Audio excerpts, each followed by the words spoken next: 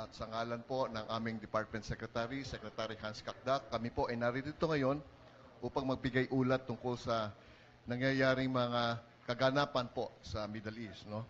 Ang Department of Migrant Workers po ay may 4 na napakahalagang programa patungkol po sa nangyayaring kaguluhan ngayon sa Middle East para tulungan at protektahan ang ating mga minamahal pong OFWs.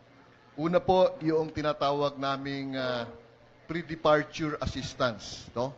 Ito po yung mga na-stranded na OFWs po natin dito sa ating bansa at sa ibang bansa na papunta sana sa kanilang mga employers abroad. No?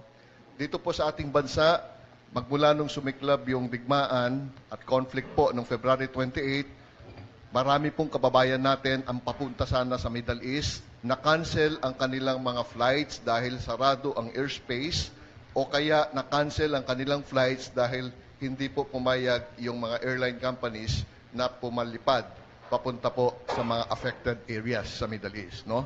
Kaya nakatulong po tayo doon.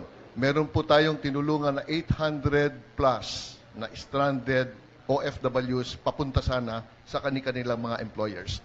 Ano-ano po yung mga tulong na inaibigay po ng Department of Migrant Workers? Unang-una, nirebook po natin yung kanilang flights. No?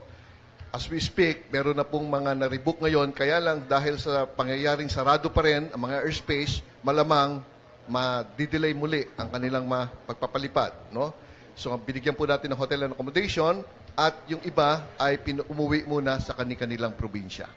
Yun naman pong nasa ibang bansa na na-stranded, dinivert po natin yung kanilang mga flights, tinulungan natin sa rebooking at sila po ay nakauwi.